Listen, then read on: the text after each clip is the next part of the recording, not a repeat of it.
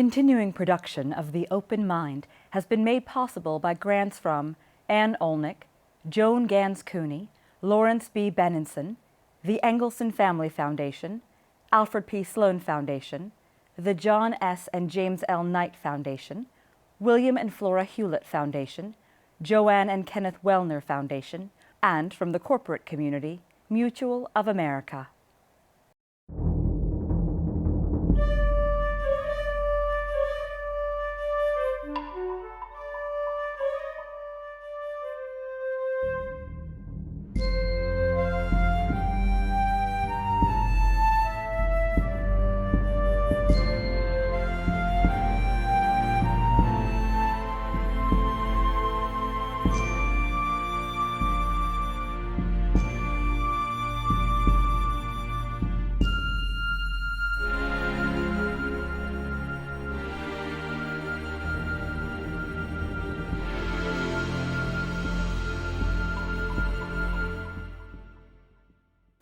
I'm Alexander Heffner, your host on The Open Mind. When speaking last year at the University of Sydney's Post-Truth Initiative on the media's perpetuation of the lie, I was fortunate to meet my guest today, a fellow keynoter who has enormous insight into the present crisis of Manchurian President, not candidate, Donald Trump, and the endgame for our fully verified knowledge about his connections to Moscow and Putin, a subject we've explored with former CIA analyst turned Americans creator Joseph Weisberg and historian of the KGB Amy Knight. Author of The Death of Expertise, The Campaign Against Established Knowledge and Why It Matters, my guest today is Tom Nichols, professor of national security affairs at the United States Naval War College and at Harvard Extension School. He was previously a Secretary of the Navy Fellow, the Forrest Sherman Chair of Public Diplomacy, and a Chairman of Strategy Department, for which he was awarded the Navy's Civilian Meritorious Service Medal. He was also personal staff for Defense and Security Affairs in the U.S. Senate to the late Senator John Heinz of Pennsylvania, and served as a fellow at the Center for Strategic and International Studies. Tom, a pleasure to finally have you here. It's been nearly a year since our jaunt in Sydney, where we exposed the irrelevance and undermining of the truth, especially as it pertains to your field of expertise, national security policy. Is it fair to say that Donald Trump was the Manchurian candidate that we feared? I think that's a little too strong, but it's also important for me to say here I only represent my own views, not those of the Navy or the government or Harvard or anybody else. I think the fears that have been increasing over the past few months about whether the president has been compromised, whether the Russians have damaging information on him, I think those fears are growing, and I think they're legitimate given the Helsinki summit. I think a lot of this talk was just going nowhere. You either believed or you didn't believe. You wanted to accept the story, you didn't want to accept the story. But after the Helsinki summit, I think a lot of people are giving this a second look. But I think Manchurian candidate is too strong. I think that that implies a huge amount of premeditation on the part of the Russians, when I think all they did was just invest in yet another American businessman who was passing through their capital. But knowing that he had previously presidential ambitions, and that this may be different from prior Manchurians in whom they trusted. I ask you this because Donald Trump says he has hinted, and the press unfortunately co-opt his language, he does not believe the American intelligence.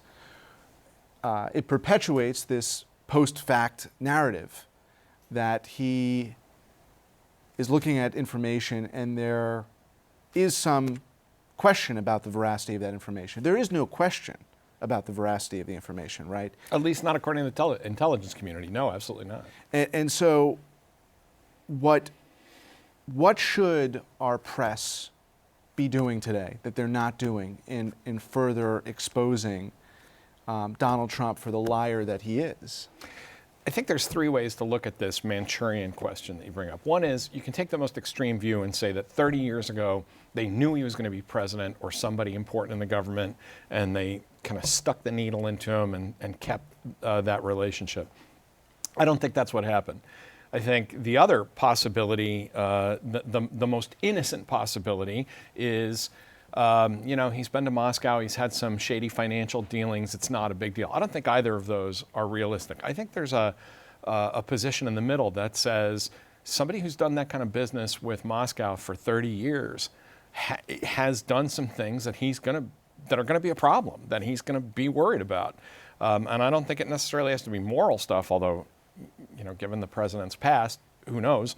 But there's probably a lot of dirty financial laundry there, which I think explains a lot. So it may be that the president's acting like somebody who does not want to challenge the Russians because he doesn't want Putin to decide to come after him, which is exactly how this sort of thing works. They don't have to tell the president what to do. That's why I pushed back on this Manchurian narrative.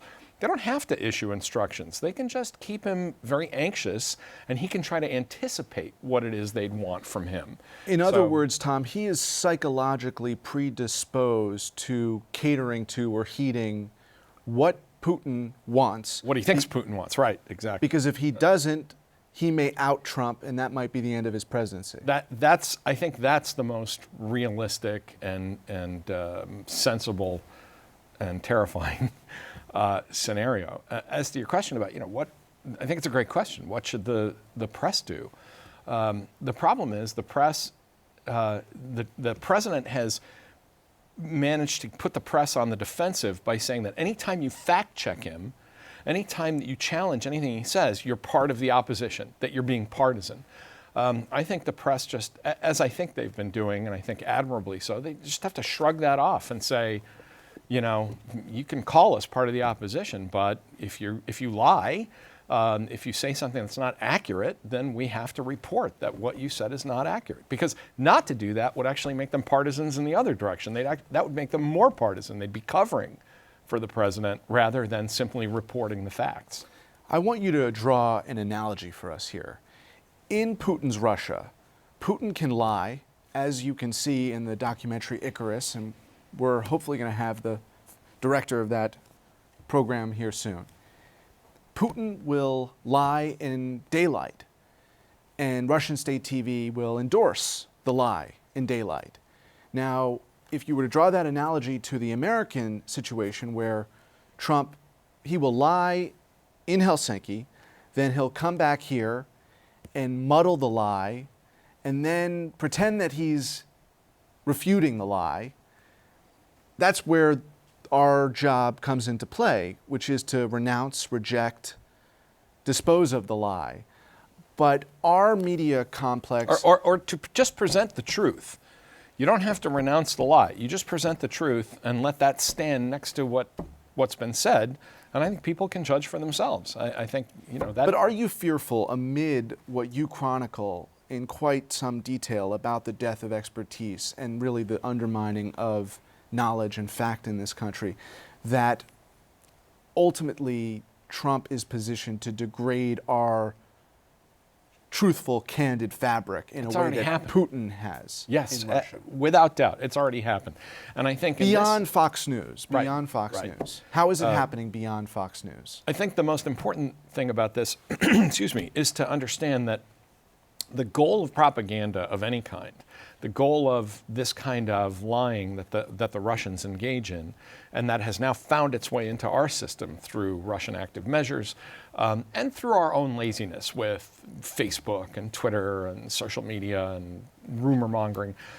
It's not to get you to believe any one version of something. It's to get you to believe in nothing. That's the key. That the Russians don't, you know, if you talk to Russians over the years, they don't really believe Putin. Putin gets out there and Putin could say, clouds are made of marshmallows, and you know the grass is made of spearmint gum. And Russians would say, okay, yes, sure, we accept that, and then they roll their eyes because they are very cynical. That cynicism is the danger, because in the end, they really don't believe Putin, but they don't believe anything else either. So if someone gives them the truth, they say, well, that's just yet another version. So it's not up is down, up is nothing, because this is the whole conundrum. Up and down don't mean anything. Right. They're just words. And that therefore the citizen, and this is where it becomes incredibly dangerous for democracy, the citizen just pulls back from the public sphere and says, you know what? I can't believe anything. I don't believe anybody except people I know and love. I believe my family. I believe my wife, my kids, my husband. You know, that's it. Everybody else is a liar. I have no connections to anybody else in my society. The two guys I'm watching on television are obviously liars because they're on television. And that leaves the public space open for authoritarians to simply fill the void. They don't have to make you believe that Putin is a good guy or a bad guy. They just have to make you believe in nothing. And the power of nothing in the public sphere is very strong. Whew. Where do we go from here? How do we retrain ourselves? Because I asked the first question of Ken Roth from Human Rights Watch, and whether you agree or disagree with their assessment of human rights abuses, I asked him a question at the beginning of 2017, which was, are we on the cusp of authoritarianism? And he said, not so fast. We're not there. I asked you, is Trump a Manchurian candidate or president? Not exactly, or at least not in its verified form. When does this come to a head enough that the digital Watergate that transpired, which was the Russian theft of the DNC emails and the Podesta emails, when does it have the tectonic shift as it did when the House began to investigate President Nixon in the Watergate era? I don't know. I started writing the book. I started writing The Death of Expertise long before Donald Trump was ever involved. The book's not about Donald Trump. It's about a larger problem. My fear is that what brings people back to their senses and shakes them out of their, a word we haven't used yet, but shakes them out of their narcissism and their self-absorption is some kind of a disaster. You know, if people who don't believe in doctors and think that Big Pharma lies to them about vaccines, well, a pandemic will shake them out of that. I don't want that to happen. I don't want that to be the outcome. I wonder in the past few weeks whether the events, the political events in our life, the Helsinki business, the president backing and forthing, and I accept and I don't accept, and it's fake news, but I have to. But I wonder if that's not going to shake some people to their core, because this I think was the moment.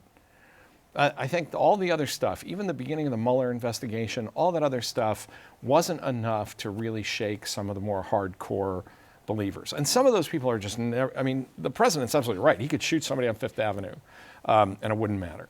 On the other hand, I think this performance in Helsinki was a kind of splash of cold water in the face for a lot of people to say, wait, there is more to this. There is a fundamental truth underlying all of this that probably needs to be looked at more closely. So hopefully that will have people re-engage, but we're pretty far gone for what used to be a vibrant democracy, and I'm very concerned about it.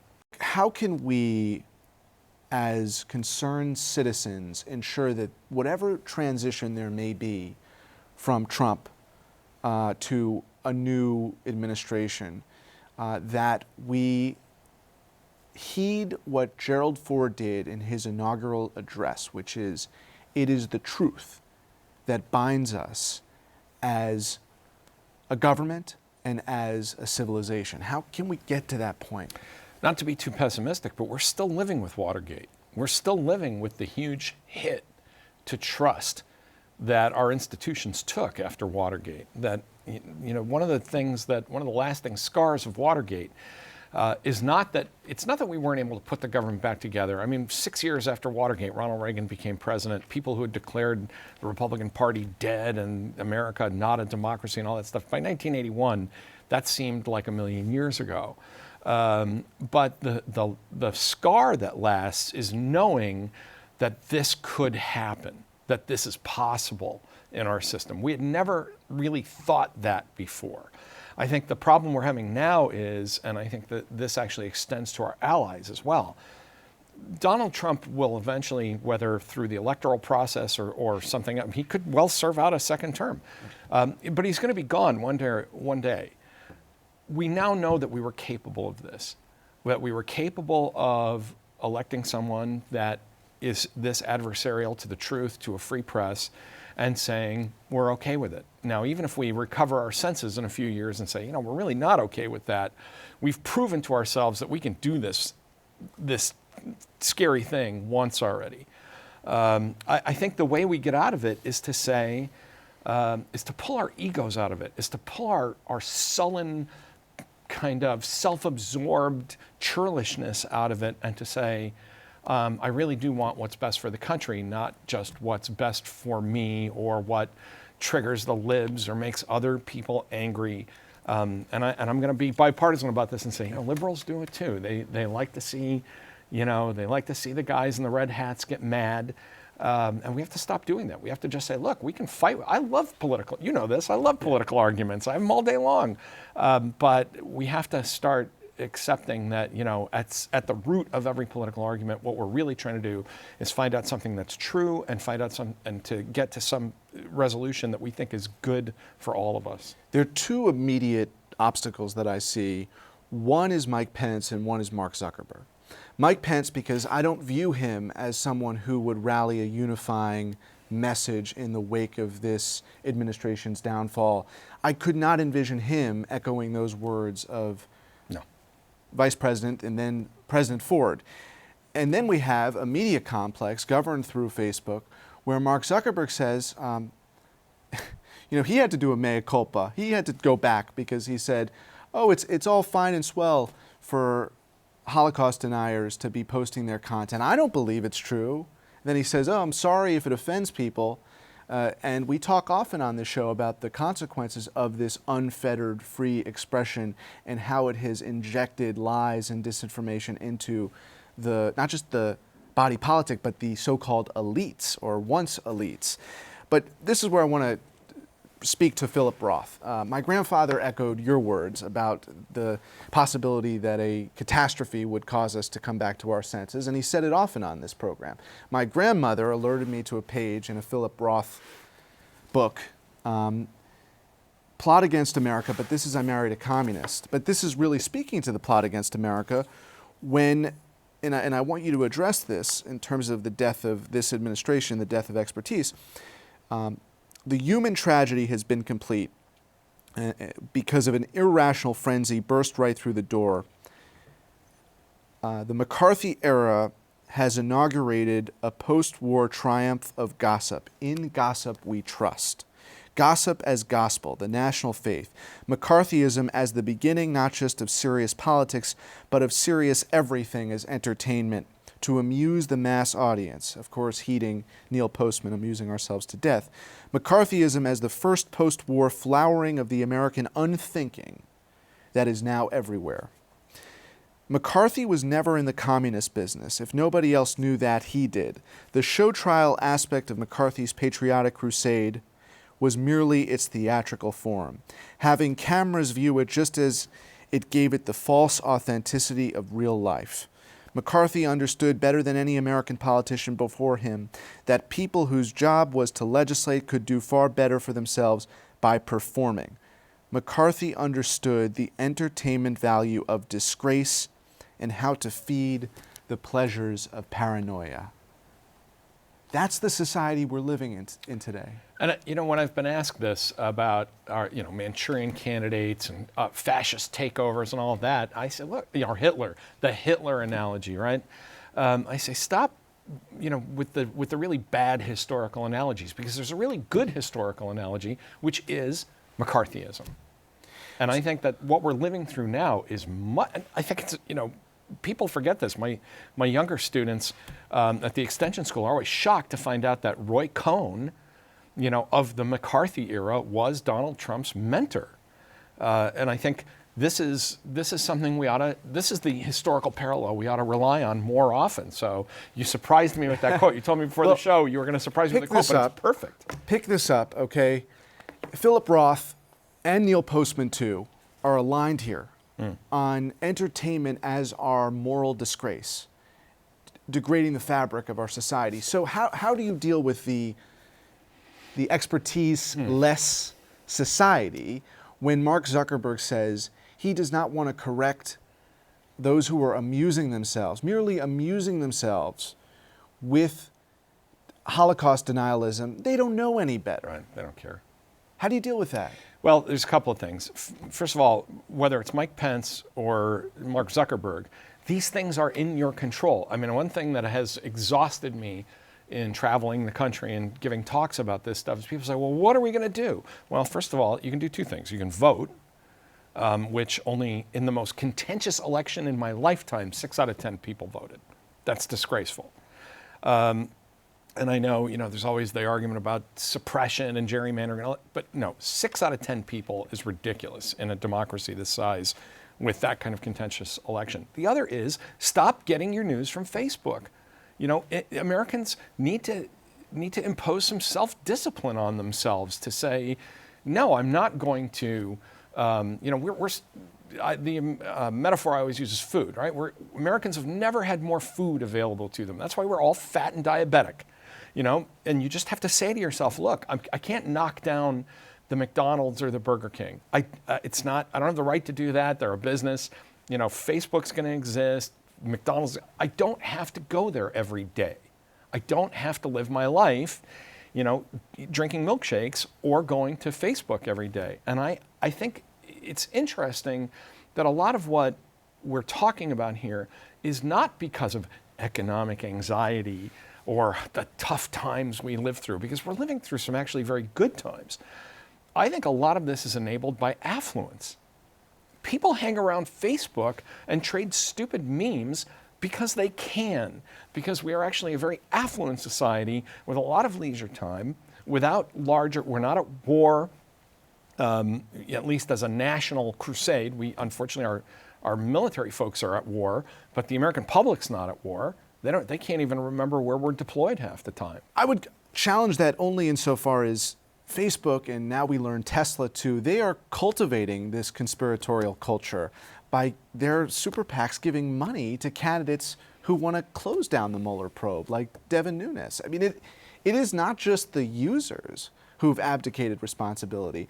Donald Trump's truthiest observation during the campaign was about unemployment, and it was about the fact that people don't feel like they are contributing and that they are worthy because of disparity of income, just a very significant disconnect. That's why Sanders folks crossed over and voted for him in some of those key electoral college states. I'm far less understanding of those people than maybe you are, because it's almost like they were, and I had those arguments, and they were infuriating. Well, unemployment could be 40%. And I remember one discussion I had with an old friend who was a classic Trump voter, right? He had a high school diploma. He lived in a factory town that was on hard times, but he had done pretty well. 2 kids through college. He owned his own home, owned a boat. And after all this, he shook his head and he said, it's all got to change. And I just exploded. I said, what is it in your life that's going so wrong that you think it has to change? And I think then the answer really comes down to, it's not 1965. My neighborhood isn't white anymore. I don't like that my neighborhood used to look like a Norman Rockwell painting and now it looks like a Martin Scorsese movie. I don't think Trump's commentary on the American economy only turned people to him, but they disaffected some people, because if you go to Tampa Bay, you'll see some of the images that he described of a third world country. Or if you go to certain cities, you'll see that hellholes. And I mean, to me, that's a principal argument for the Democrats saying Trump was a fraudster here. He made this pitch that he was going to revolutionize the way we do business, make our country not obsolete. We are modern, and none of that's happened. Except, again, maybe this is a generational issue, because a lot of the people roughly in my age, right, the late 50s, early 60s, they'd say, this is awful. It's never been worse. And I say, wait a minute. We all lived through the 1970s. It was worse. I mean, we're in New York City. I would rather be here right now than in 1977. For sure. But what Trump sold was a way of pinning that resentment to something illusory so that you didn't look like such a bad person, right? To say, I don't like change. I don't like the fact that America's more diverse. I don't like the way the economy has gone because it doesn't respect people like me, and now it respects people who can manipulate information. So I can't really say any of those things, so I'm just going to go with Trump's argument that it's a hellhole. But let's not let people like Bernie Sanders off the hook either. Because what Sanders did was promise ridiculous things on the same platform of grievance. And then when Sanders was out of the picture, you had a bunch of voters on the left purity testing each other out of the electorate. For sure. And you talk about Rockwell. I urge folks to see what is a roving exhibition of the four freedoms. If you really want to understand Rockwell, it wasn't the materialism, it wasn't whiteness, it was democratic pluralism, it was certain values associated with not Donald Trump, but with Winston Churchill and Franklin Delano Roosevelt. James Madison. Right, James Madison, who were championing those four freedoms. Yes. Freedom of speech, freedom to worship, freedom from want, freedom from fear. I want to give you the last word on this question of Facebook and these companies exacerbating the factlessness and the fecklessness and this effort to suppress the truth, and why in the hell are they giving money to folks who are spewing conspiracies like Devin Nunes? I can't speak to how they spend their money. But well, in other words, they want to preserve a Republican House to give them credit for the tax cuts. But I think you and I both know that major corporations, if you peel enough of the onion back, they give money to everybody. They cover all their, they lay out money all over the roulette. But let's talk about the moral disgrace and the moral high ground, and there's no acknowledgement there. I mean, there's no moral high ground in any of these businesses. In part, I'm less critical of that because as a conservative, I say, well, it's not up to businesses to seize the moral high ground. It's up to people. Sorry, moral necessity. Moral necessity. I think people should, I think that the consumers need to take responsibility and say, the way I'm not going to fall for what's going on Facebook is that I'm going to stop going to Facebook to get I have a Facebook account. Everybody, right? It's like everybody has one. Mostly I say hello to old friends. I keep up with people I went to high school with. That was the original purpose, and that should be preserved as its purpose. I don't go there to find out what's happening in the world. Me too. And I think people have to stop doing that. Just like if you want to have a decent diet and live a healthy life, it's not the fault of a fast food joint if you go there every day. Well, we need a new Me Too peer-to-peer pressure movement to encourage what you're saying. Tom, it's been a while since Sydney. We had a blast there. It's great to see you again. Thanks for being on. Thanks for having me, Alex. Good to see you. And thanks to you in the audience. I hope you join us again next time for a thoughtful excursion into the world of ideas. Until then, keep an open mind. Please visit the Open Mind website at 13.org/openmind to view this program online or to access over 1,500 other interviews. And do check us out on Twitter and Facebook at Open Mind TV for updates on future programming.